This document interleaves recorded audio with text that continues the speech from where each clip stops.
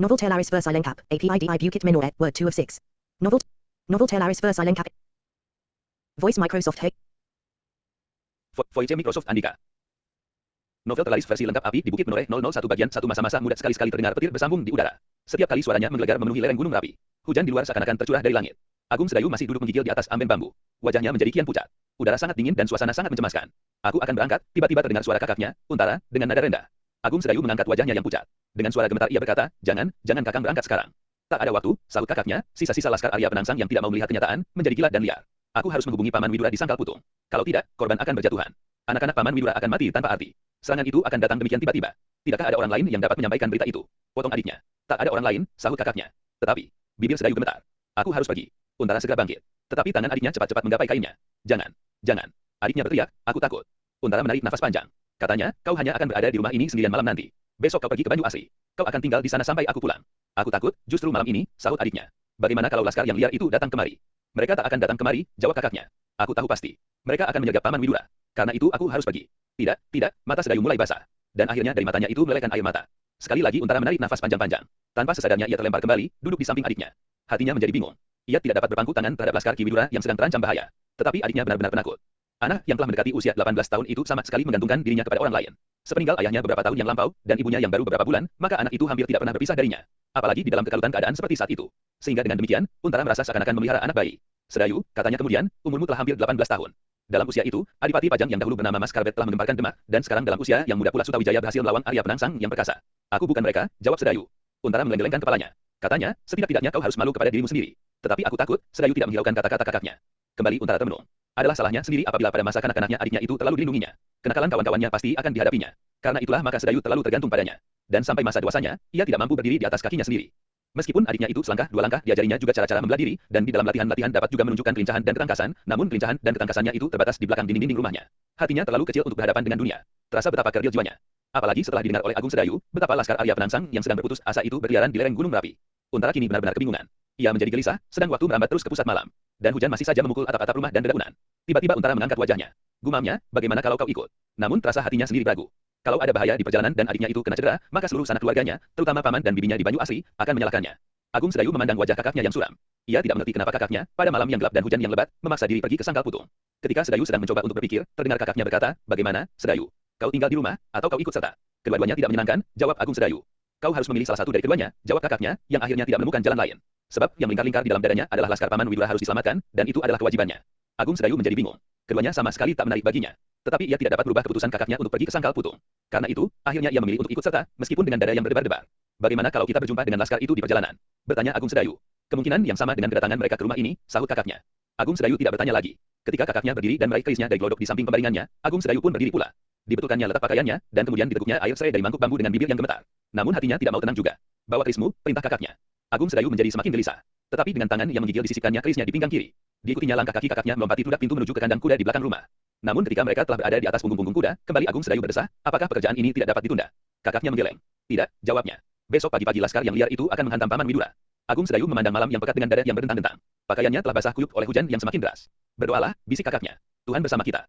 Agung Sedayu mengangguk kecil. Tampaklah bibirnya bergerak-gerak. Disebutnya nama Allah Maha Pemurah dan Maha Pengasih. Kemudian bergeraklah kuda-kuda itu menyusup ke dalam kekelaman malam. Sesaat kemudian mereka meninggalkan Kadimangan Jati Anom, menuju ke arah timur. Di belakang mereka berdiri tegak gunung Merapi yang berselimut kepekatan malam, dan kepadatan butir-butir air hujan yang berjatuhan dari langit. Ketika guru menggelegar di udara dan kilat menyambar di atas kepala mereka, sekilas tampaklah jalan yang menjulur di bawah kaki-kaki kuda mereka. Becek dan merah, diwarnai oleh tanah liat, yang telah bertahun-tahun sedikit demi sedikit meluncur dari lereng-lereng bukit. Untuk beberapa saat mereka berdiam diri, terpaku di atas punggung kuda masing-masing. Hanya setiap kali Agung Sedayu selalu menoleh kepada kakaknya, seakan-akan takut ditinggalkannya. Tetapi kakaknya itu selalu menundukkan kepalanya. Sebenarnya lah ia sedang berpikir, apakah yang kira-kira akan terjadi di perjalanan, dan apakah yang akan terjadi besok apabila laskar yang liar itu benar-benar akan menyerang. Kedudukan Ki Widura tidak begitu menguntungkan, dan jumlah orangnya pun tidak begitu banyak, sebab Sangkal Putung bukanlah daerah yang langsung menghadapi pertempuran. Tetapi sisa-sisa laskar Arya Penangsang yang tidak mau melihat kekalahan Adipati Jipang itu berusaha untuk menimbulkan keributan di mana-mana. Mereka berkeliaran, bahkan melingkari Pajang, dan kemudian menyerang daerah-daerah yang jauh di belakang garis perang. Mereka datang setiap saat, dan kemudian menghilang seperti hantu. Hutan-hutan jati dan bahkan hutan-hutan belukar menjadi tempat persembunyian mereka. Demikianlah, petang tadi Untara menerima berita tentang laskar yang telah kehilangan tujuan perjuangannya itu. Mereka berhasrat untuk menyerang Sangkal Putung. Dan agaknya Ki Widura sama sekali tidak menduga. Namun lumbung-lumbung yang padat di Sangkal Putung pasti akan dapat memberi perbekalan yang baik bagi laskar yang liar itu. Dan memang itulah tujuan mereka. Angan-angan Untara terputus ketika mendengar adiknya berbisik, "Kakang, kau melihat bayangan di hadapan kita?" Untara mengerutkan keningnya. "Ya," jawabnya. "Orang." Berbisik Agung Sedayu. Untara menggeleng jangan mengada-ada, "Sedayu. Bukankah itu batang pohon jati yang roboh karena angin 3 hari yang lampau?" Sedayu mempertajam pandangannya. Namun bayangan itu seperti seseorang yang bertubuh raksasa menghalang di pinggir jalan. Tiba-tiba bulu-bulunya meremang dan hatinya menjadi tegang. Ia merapatkan kudanya ke sisi kuda kakaknya. Kakaknya menggeram. Kau bukan anak-anak lagi, Sedayu. Seharusnya kau berani menempuh perjalanan ini seorang diri. Sedayu diam saja. Tetapi hatinya masih tegang. Ketika kilat menyambar di langit dan nyalanya memenuhi lereng gunung rapi itu, Sedayu menarik nafas panjang. Bayangan itu benar-benar pokok pohon jati yang patah diputar angin. Tetapi baru saja Sedayu bernafas lega, tiba-tiba kembali dadanya berdebar-debar. Tidak jauh di hadapan mereka terbentang padang rumput, dan beberapa ratus langkah lagi, tampak tegak sebatang pohon beringin raksasa. Daerah yang biasa disebut lemah cengkar. Kita lewat jalan ini. Terdengar suaranya lirih di antara gemerisik hujan. Kenapa? Tanya kakaknya. Agung Sedayu tidak menjawab. Tetapi kakaknya sudah tahu jawabnya. Kau takut macan putih yang menjaga beringin itu? Agung Sedayu mengangguk. Tidak, kakaknya meneruskan, kita tidak lewat lemah cengkar. Kita ambil jalan memintas. Kita blok ke kanan. Lewat jalan di pinggir hutan belukar. Sedayu menjadi semakin cemas. Ya, jawab kakaknya. Macanan. Desak adiknya. Ya. Sedayu semakin gelisah. Katanya, bagaimana kalau kita tiba-tiba berjumpa dengan seekor harimau? Bukankah daerah Macanan itu terkenal dengan harimau belangnya? Harimau belang itu tidak seganas macan putih di lemah cengkar. Untara menakut-nakuti adiknya, meskipun ia sama sekali tidak takut terhadap macan putih maupun harimau belang. Namun lewat Macanan jalan bertambah dekat. Agung Sedayu terbungkam. Namun tubuhnya terasa menggigil. Menggigil karena hatinya yang kecut, dan menggigil karena dingin. Tetapi kuda mereka berjalan terus. Bahkan ketika Untara mempercepat lari kudanya, Sedayu pun segera melecut kudanya pula. Ia tidak mau berjarak lebih tebal dari tubuh kudanya dari kuda kakaknya. Perjalanan mereka menjadi kian sulit. Tanah yang liat di jalan-jalan sempit itu tampak merah hitam-hitaman. Di hadapan mereka terbentang hutan belukar. Pandangan mata Untara yang tajam jauh mendahului kaki-kaki kudanya. Tetapi tiba-tiba Untara mengangkat alisnya. Ketika kilat menyambar, ia melihat sesuatu di hadapannya. Kali ini ia melihat bayangan. Bukan pokok kayu jati yang roboh. Dan bayangan itu dilihatnya menghilang di ujung jalan. Untara menjadi berdebar-debar. Ia menoleh kepada adiknya, namun agaknya Sedayu belum melihatnya. Untara sendiri tidak pernah menjadi takut, apapun yang berada di depannya. Tetapi kali ini ia membawa adiknya. Seandainya bayangan itu seekor harimau, maka akan mudahlah untuk mengatasinya. Harimau tidak selalu menyerang seseorang. Kalau harimau itu tidak berdiri di tengah jalan, maka seandainya harimau itu lapar, kuda-kuda mereka akan dapat berlari lebih kencang dari harimau itu. Meskipun seandainya harimau itu menghadang mereka, Untara pun tidak takut, sebab telah 2 kali ia terpaksa berkelahi dengan harimau, dan harimau-harimau itu selalu berhasil dibunuhnya. Dibunuh dengan keris yang terselip di pinggangnya itu. Tetapi bayangan yang bergerak dan menghilang ke dalam hutan adalah bayangan yang tegak di atas kakinya. Ia melihat dengan ketajaman matanya, dan ia pasti bahwa bayangan itu adalah bayangan seseorang. Untara menarik nafas untuk meredakan debar jantungnya. Sekali lagi ia memandangi adiknya, bahkan tanpa disengaja ia memperlambat kudanya. Sedayu pun cepat-cepat menarik kekang kudanya. Dengan nafas yang berjalan ia bertanya, ada apa, kakang? Tidak ada apa-apa, sahut kakaknya. Jalanan di hadapan kita sangat licin. Oh, namun jantungnya menjadi semakin cepat berdentang. Akhirnya Untara menghentikan kudanya. Dilontarkannya pandangan matanya ke hutan di hadapannya. Apakah yang tersembunyi di balik kekelaman itu? Hati Agung Sedayu semakin cemas. Desisnya, adakah sesuatu di hadapan kita? Untara berbimbang. Tidak seharusnya ia menyembunyikan bahaya yang mungkin berada di balik kehitaman hutan itu. Mereka harus berhati-hati. Tetapi kalau adiknya menjadi ketakutan, keadaan akan lebih jelek lagi. Kita lampaui daerah yang licin ini dengan berjalan kaki, jawab kakaknya. Ia tidak menunggu lebih lama lagi. Dituntunnya kudanya berjalan perlahan-lahan dengan penuh kewaspadaan. Ia tidak tahu siapakah yang berada di ujung hutan itu. Kalau mereka menyerang dengan tiba-tiba, maka duduk di atas punggung kuda akan menjadi lebih berbahaya. Seorang kawannya pernah mengalami nasib yang tidak menyenangkan ketika ia mengalami serangan dengan cara pengecut. Dilintangkan oleh para penyerang itu seutas tali untuk menjatuhkan kudanya. Kemudian dalam keadaan yang sulit, kawannya itu tidak mampu mempertahankan diri. Dan kini ia tidak mau mengalami nasib serupa itu. Hati Sedayu menjadi bertambah kecut. Ia merasa sesuatu yang tidak pada tempatnya. Karena itu, ia bertanya lagi sambil merapatkan diri di samping kakaknya, adakah sesuatu yang berbahaya? Kakaknya tidak mau berbohong lagi. Jawabnya, bersiaplah. Mungkin kita berjumpa dengan bahaya. Tetapi mungkin pula kita mendapat teman. Denyut nadi Sedayu seakan-akan berhenti. Dengan tergagap ia berkata, kakang, apakah tidak sebaiknya kita kembali? Nasib Paman Widura tergantung kepada kita, sahut kakaknya. Tetapi nasib kita sendiri, desak adiknya. Untara tidak tahu bagaimana menjawab pertanyaan itu. Pertanyaan yang wajar. Tetapi ada sesuatu yang tidak dirasakan oleh adiknya itu. Ia merasa wajib untuk menyelamatkan Laskar Ki Widura, pamannya yang telah bertahun-tahun bersama-sama dalam satu ikatan perjuangan. Dan yang terakhir, mereka berdua berdiri di pihak Pajang dalam pertentangannya dengan Jipang. Karena itu, ada beberapa dorongan yang kuat yang memaksanya untuk berjalan terus. Karena Untara tidak menjawab, Sedayu mendesaknya, kakang, kenapa kita tidak kembali? Bukankah nasib kita sendiri lebih berharga dari nasib siapapun juga? Belum pasti kita akan menjumpai bahaya, Sedayu. Bahkan mungkin kita akan mendapat teman seperjalanan. Syukurlah kalau yang berada di ujung hutan itu anak-anak Paman Widura sendiri. Namun apa yang dikatakannya sama sekali tidak diyakininya. Sangkal Putu masih agak jauh. Adakah seseorang di ujung hutan itu?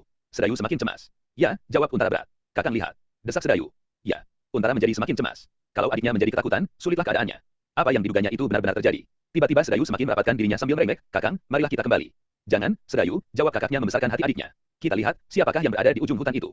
Mereka pasti Laskar Arya Penangsang, sahut adiknya. Kenapa kita mesti takut kepada mereka? Bertanya kakaknya. Mereka adalah orang-orang sakti, jawab adiknya. Kita juga laki-laki seperti mereka, Sedayu, bombong kakaknya. Apabila mereka orang-orang sakti, mereka tidak akan dikalahkan oleh Laskar Pajang. Kita bukan Laskar Pajang, bantah adiknya. Aku salah seorang dari prajurit Pajang, potong kakaknya. Untara bukanlah seorang yang biasa menyombongkan dirinya. Tetapi ia mengharap adiknya mempunyai kepercayaan kepadanya dan tidak akan menyulitkan keadaannya, seandainya ia benar-benar harus menghadapi bahaya. Tetapi aku bukan, rengek adiknya pula. Bahkan kini Sedayu telah mulai menarik-narik bajunya. Untara menjadi gelisah. Tetapi ia tidak menjawab. Jarak mereka telah semakin dekat, dan Untara tidak memutar langkahnya. Ketika adiknya akan berkata lagi, Untara berdesis, diamlah. Supaya orang-orang di muka kita tidak tahu bahwa kau penakut. Karena dengan demikian mereka akan semakin berani, dan mereka akan mempermainkan kita seperti kelinci. Sedayu terbungkam. Betapa ia menjadi sangat takut untuk menyatakan ketakutannya. Karena itu, dengan lutut yang gemetar ia pun berjalan terus. Tiba-tiba Untara menggeram. Untunglah mereka tidak melarikan kuda mereka. Di tengah jalan dilihatnya sebatang bambu melintang setinggi lutut. Orang yang tidak berhati-hati pasti tidak akan dapat melihat bambu wulung yang hitam-hitaman itu, apalagi di dalam kepekatan hujan malam yang kelam.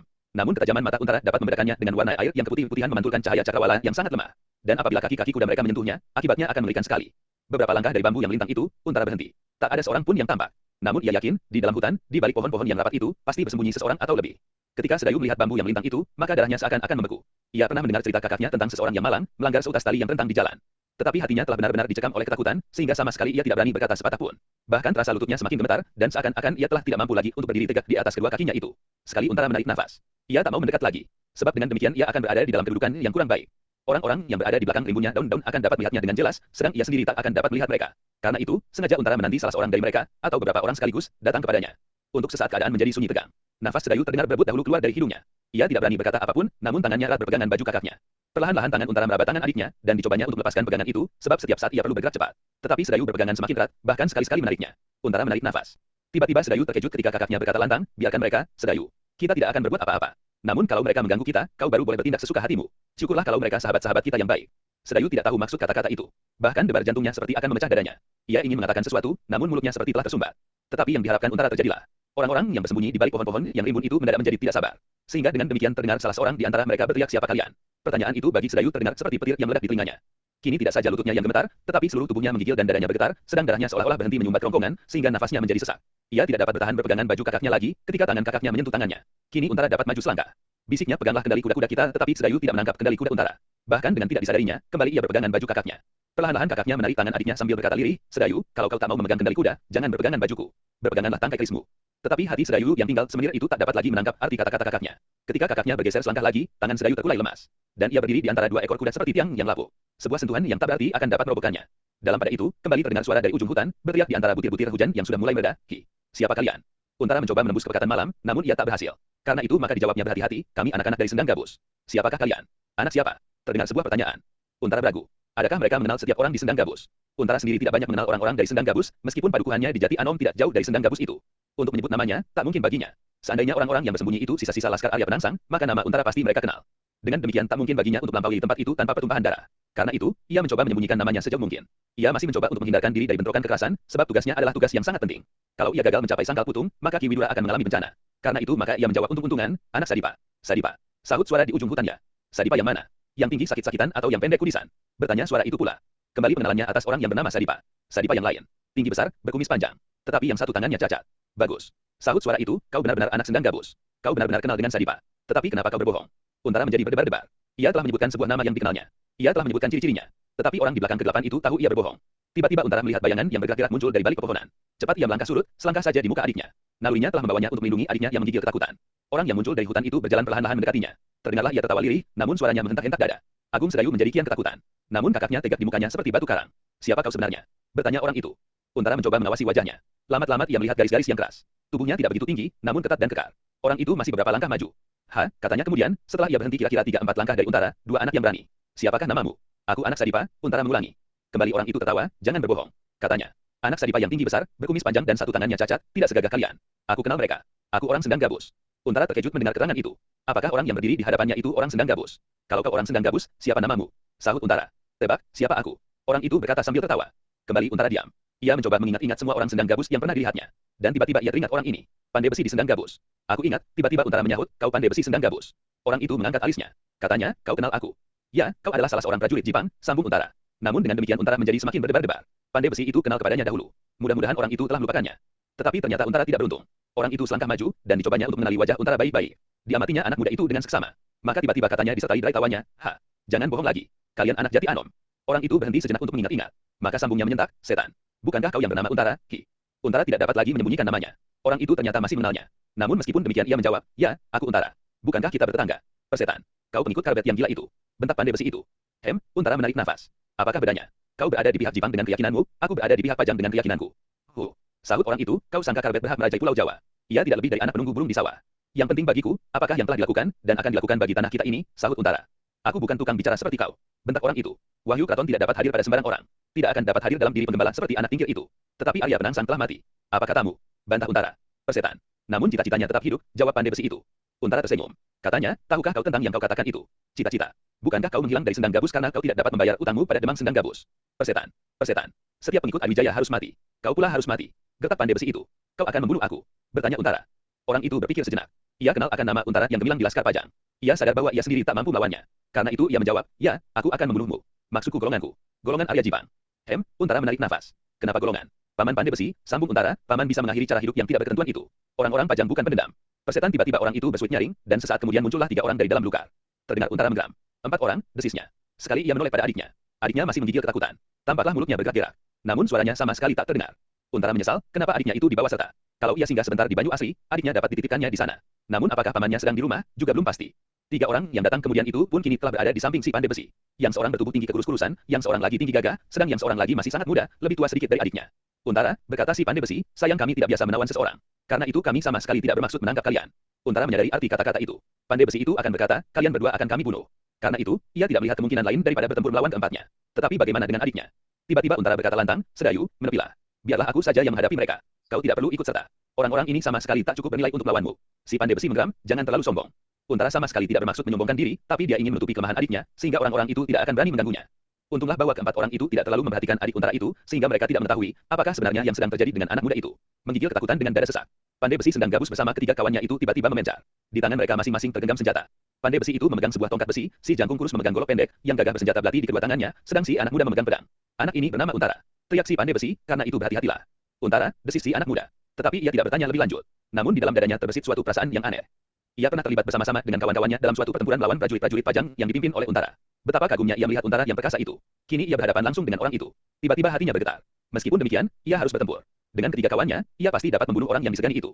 Untara sadar bahwa lawan-lawannya benar-benar akan membunuhnya bersama-sama dengan adiknya. Karena itu ia harus melawan mereka. Apabila terpaksa, maka bukan salahnya lah kalau ada di antara mereka yang terpaksa mati. Namun tidak mustahil pula bahwa kemungkinan yang tidak menyenangkan itu ada padanya. Karena itu segera Untara bersiap. Ia harus menarik seluruh perhatian dari keempat lawannya, sehingga tak ada di antaranya yang mengganggu Agung Sedayu. Maka dengan gerak yang cepat, secepat tatip menyambar di langit, Untara meloncat menyerbu di antara mereka. Dengan berputar di atas sebuah kakinya, ia menyerang 2 orang sekaligus. Serangannya tidak begitu berbahaya, namun benar-benar mengejutkan. Karena itu maka si jangkung dengan sangat terkejut meloncat mundur, dan si tinggi gagah terpaksa meloncat ke samping. Meskipun mereka tidak dapat dikenai oleh serangan Untara, namun serangan itu benar-benar tidak mereka duga. Belum lagi debar jantung mereka berhenti, mereka melihat Untara melayang dengan garangnya. Kali ini Untara tidak hanya mengejutkan mereka. Tangannya yang cekatan dengan cepatnya meraih tongkat besi si Pandai Besi, dan dengan suatu tarikan yang cepat, tongkat itu sudah berpindah di tangannya. Setan, demit, tetekan. Pandai Besi dari sendang gabus itu mengumpat tidak habis-habisnya. Sedang kawannya melihat serangan itu seperti melihat seekor elang menyambar anak ayam yang sama sekali tak berdaya. Tetapi Pandai Besi itu segera sadar. Segera ia meloncat pada si tinggi besar, berikan aku sebuah pisaumu. Teriaknya. Si Pandai Besi tidak menunggu jawaban. Segera direbutnya sebuah pisau kawannya itu. Sementara itu, kawan-kawannya yang lain telah menyadari kedudukan mereka. Segera mereka menyerang bersama-sama dari arah yang berbeda-beda. Untara menarik nafas. Ia bersyukur di dalam hatinya bahwa keempatnya telah dapat ditarik dalam satu lingkaran pertempuran. Karena itu Untara tidak menyia-nyiakan waktu. Ia harus segera menyelesaikan pertempuran itu supaya ia sempat mencapai Sangkal Putung sebelum subuh. Pertempuran itu pun segera menjadi semakin sengit. Pandai Besi dari sendang gabus itu pun ternyata memiliki kekuatan tenaga yang luar biasa. Gerakannya pasti akan menimbulkan getaran yang mengerikan. Orang yang tinggi kurus itu memiliki keistimewaan pula. Tangannya yang panjang setiap kali terjulur mengulurkan angin maut. Sedang di ujung tangannya itu tampak sebuah golok berkilat-kilat. Orang yang tinggi besar itu pun mempercayakan dirinya pada kekuatan tangannya. Pisau belatinya menyambar-nyambar dari segala arah. Bahkan sekali-sekali sengaja dibenturkannya dengan tongkat besi di tangan Untara. Namun Untara bukan anak-anak yang sedang berlatih anggar. Setiap benturan dengan senjatanya telah memaksa lawannya untuk berpikir kembali. Bahkan orang yang tinggi besar itu pun kemudian tidak berani lagi mencoba-coba membenturkan senjatanya yang sebenarnya terlampau pendek. Sedang si anak muda ternyata tangkas dan cekatan sekali. Sekali-sekali ia meloncat menyerang, namun apabila keadaannya sulit, cepat-cepat ia menarik dirinya, meloncat surut.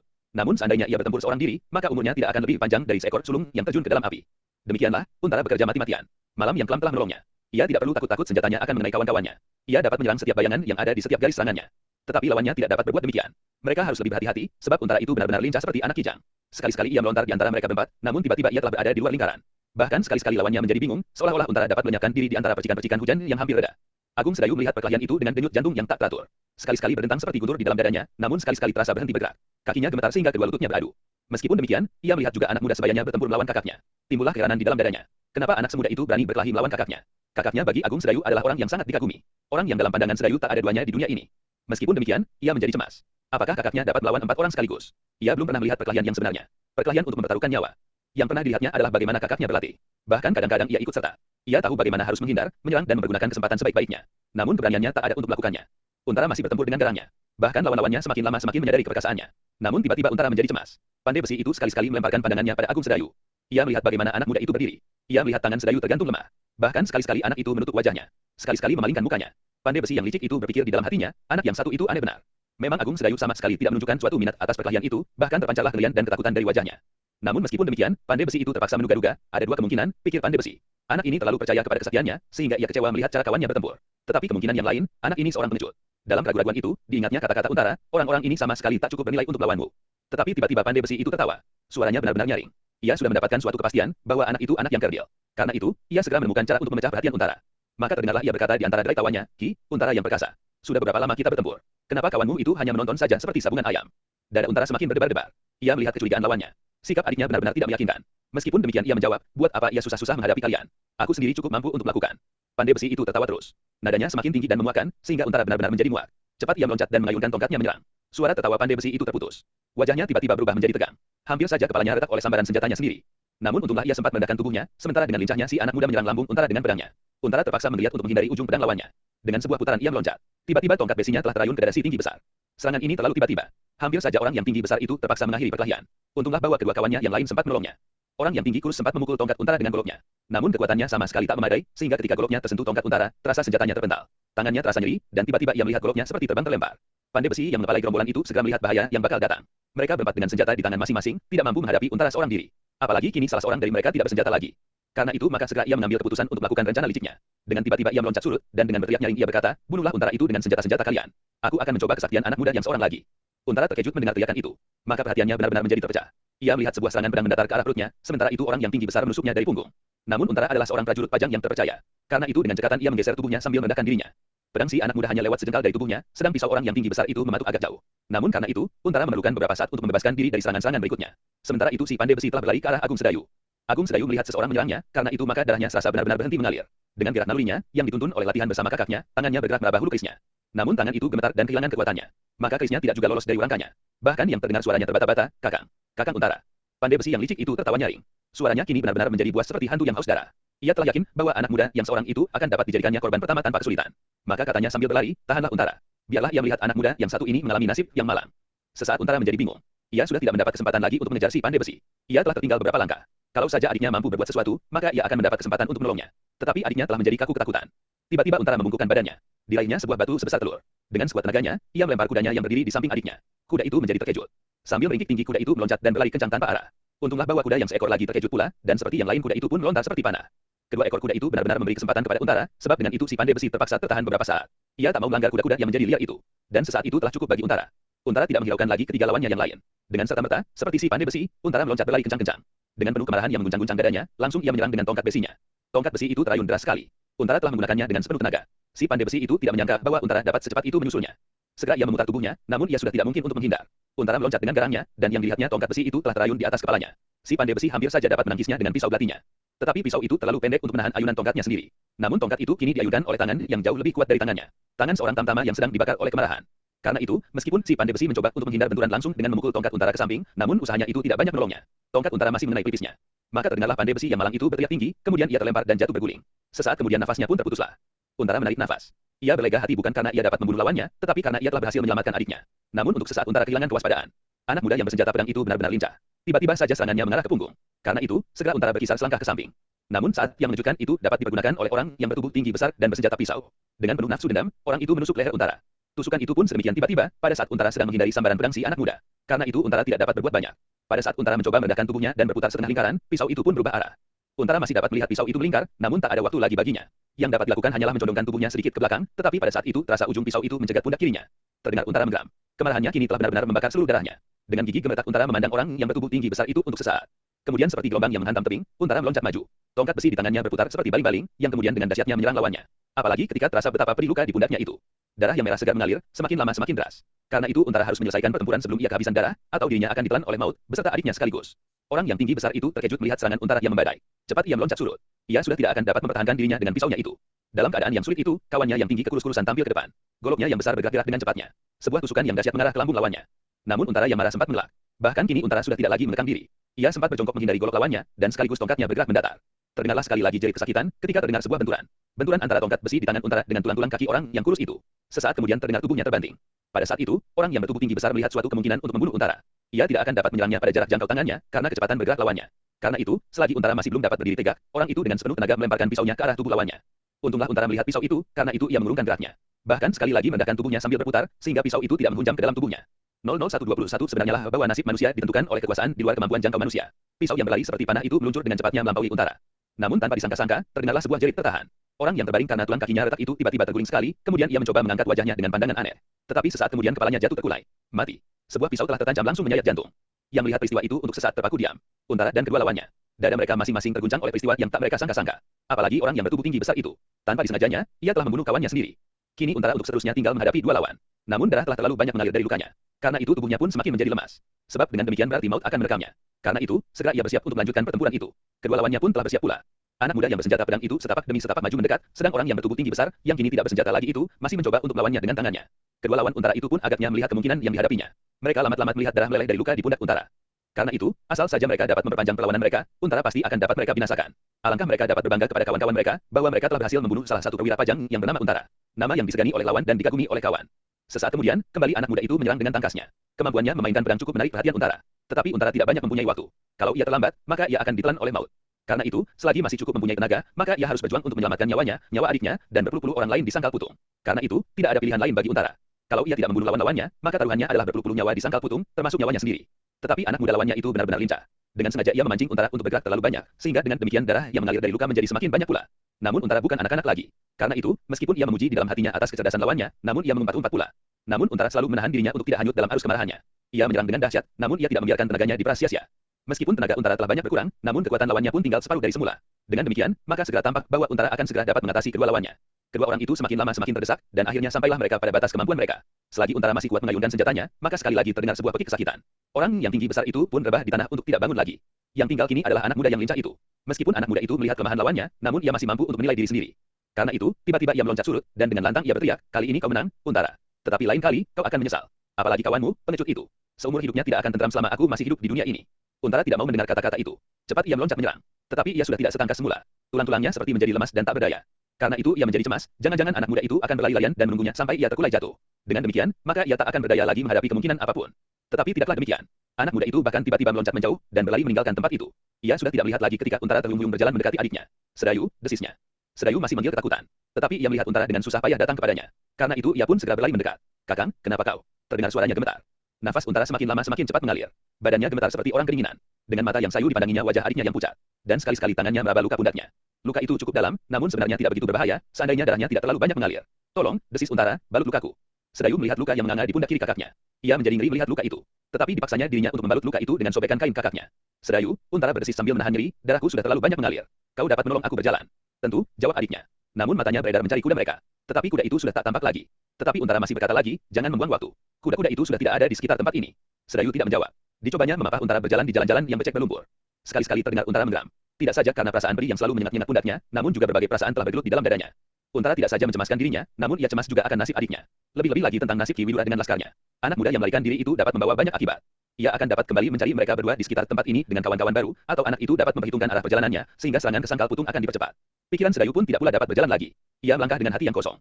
Berbagai perasaan yang memukul-mukul dadanya telah menjadikan Sedayu kehilangan pengamatan diri. Ia tidak merasakan dan menyadari apa yang telah dilakukan. Ia berjalan karena kakaknya menyuruhnya berjalan, sambil menggantung di pundaknya dengan tangan kanannya. Untara menjadi semakin cemas ketika di antara rasa sakitnya, timbul suatu perasaan aneh. Matanya serasa akan selalu terkatup, dan sesaat-sesaat kesadarannya seperti lenyap. Segera Untara tahu bahwa ia telah hampir kehabisan darah. Dengan demikian ia akan dapat pingsan setiap saat. Dalam kecemasannya, Untara masih menyadari bahwa ia tidak akan mungkin dapat mencapai sangkal putung dalam keadaannya itu, apabila ia tidak mendapat pertolongan. Sekali-sekali Untara menarik nafas. Di sekitarnya terbentang hutan belukar meski tidak terlalu tebal. Namun di tempat itu tak akan ditemui rumah seseorang. "Kalau saja aku dapat mencapai rumah Ki Tanu Metir," tiba-tiba ia berdesis. Adiknya terkejut mendengar suara kakaknya. "Apa katamu?" ia bertanya. "Rumah Ki Tanu Metir," jawabnya. Sedayu pernah pula pergi ke rumah Ki Tanu Metir bersama ayahnya dahulu, di Duku Pakuwon. Tetapi rumah itu masih agak jauh. Dan tiba-tiba saja Sedayu menyadari keadaannya. Dengan penuh ketakutan ia memandang berkeliling. Belukar. Kalau saja tiba-tiba ada binatang buas yang muncul di hadapan mereka, maka celakalah mereka berdua.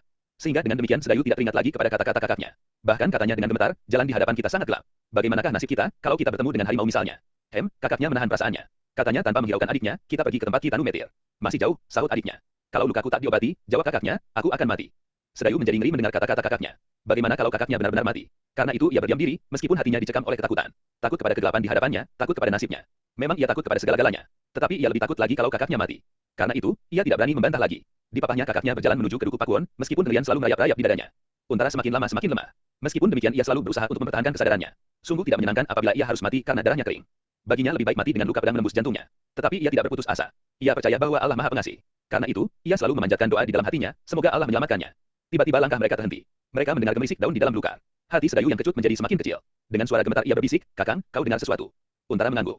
Tetapi ia tidak dapat berbuat sesuatu. Tubuhnya telah demikian lemahnya. Karena itu, maka yang dapat dilakukannya hanya menyerahkan diri sepenuhnya kepada sumber hidupnya. Tetapi tiba-tiba Untara mengangkat wajahnya. Katanya lirih, "Bukan langkah manusia, dan bukan pula binatang buas yang sedang merunduk. Kau dengar ringkik kuda?" "Ya," sahut adiknya. Untara kemudian bersiul nyaring. Kudanya adalah kuda yang jinak. Seandainya kuda itu kudanya, maka akan dikenalnya suara siulan itu. Ya Allah, serunya, ketika dari dalam belukar muncul seekor kuda yang tegar kehitam-hitaman. Itu kudaku. Wajah Sedayu pun menjadi agak cerah. Katanya, lalu, apakah kita akan berkuda? Ya, sahut kakaknya, kudamu tak ada, namun kita berdua akan berkuda bersama-sama. Kembali. Tidak, jawab Untara, ke rumah Kitanu Metir, supaya lukaku diobatinya. Sedayu tidak membantah. Ia takut kalau kakaknya mati. Karena itu, dibantunya Untara naik ke atas punggung kudanya, baru kemudian ia pun naik pula. Untunglah bahwa kuda Untara adalah kuda yang kuat. Karena itu, meskipun di atas punggungnya duduk dua anak muda, namun kuda itu masih dapat berlari kencang. Kini harapan di dalam dada Untara tumbuh kembali. Ia akan dapat mencapai rumah Kitanu Metir lebih cepat. Mudah-mudahan Kitanu Metir ada di rumahnya. Demikianlah, setelah mereka menembus rimbunnya pategalan yang subur di ujung hutan, sampailah mereka ke padukuhan kecil yang dinamai orang Duku Pakuwon. Di padukuhan kecil itulah tinggal seorang dukun yang sudah setengah tua. Yang dengan pengalamannya, ia mengenal berbagai jenis dedakunan yang dapat dipakainya untuk menyembuhkan luka, dan bahkan dikenalnya beberapa jenis racun yang menusuk ke dalam tubuh seseorang. Orang itulah yang bernama Kitanu Metir. Kepadanya Untara meletakkan harapannya, mudah-mudahan Kitanu Metir dapat menolongnya. Kuda anak-anak muda itu berhenti di muka sebuah pondok kecil. Pondok Kitanu Metir. Setelah menolong kakaknya turun dari kuda, maka dipapahnya kakaknya itu ke pintu yang tertutup rapat. Namun demikian, Untara berlega hati ketika dilihatnya cahaya lampu yang memancar, menembus lubang-lubang dinding. Perlahan-lahan Untara menutup pintu rumah itu dengan penuh harapan. Kitanu Metir adalah sahabat almarhum ayahnya dahulu. Mudah-mudahan sisa-sisa persahabatan itu masih membekas di hati dukun tua itu. Ketika mereka telah beberapa kali mengetuk, terdengarlah sapa dari dalam, "Lirih, siapa?" "Aku, Kitanu," jawab Untara. "Untara, dari Jati Anom." "Untara." Ulang Kitanu Metir. "Untara. Oh, adakah engkau Angger Untara putra Kisadewa?" "Ya, Kitanu," jawab Untara dengan suara gemetar. Kitanu Metir segera mengenal suara itu. Suara seseorang yang sedang mengalami cedera. Karena itu, dengan tergesa-gesa orang tua itu berjalan ke arah pintu. Terdengar suara terompahnya diseret di atas lantai tanah. Sesaat kemudian pintu bambu itu berderit, dan muncullah dari celah-celahnya seorang tua bertubuh sedang. Rambutnya telah hampir seluruhnya menjadi putih. Alisnya yang tumbuh jarang-jarang di atas sepasang matanya, telah memutih pula. Dahinya terbuka lebar, serta di bawahnya memancar sepasang mata yang tajam bening. Ketika ia melihat Untara di papah adiknya, orang tua itu terkejut, dan terloncatlah dari mulutnya, "Kau terluka, Enggar?" Untara mengangguk lemah. "Marilah, Kitanu Metir mempersilahkan, duduklah. Biarlah aku mencoba melihat luka itu." Untara berlega hati. Ia tak perlu memintanya. Orang tua itu documents, items view list, novel terlaris versi lengkap, api di Bukit Menoreh. Novel terlaris versi lengkap, api, screen sharing meeting controls 3 of 6. Screen sharing meeting controls, end meeting or leave meeting. Window, end, leave meeting button.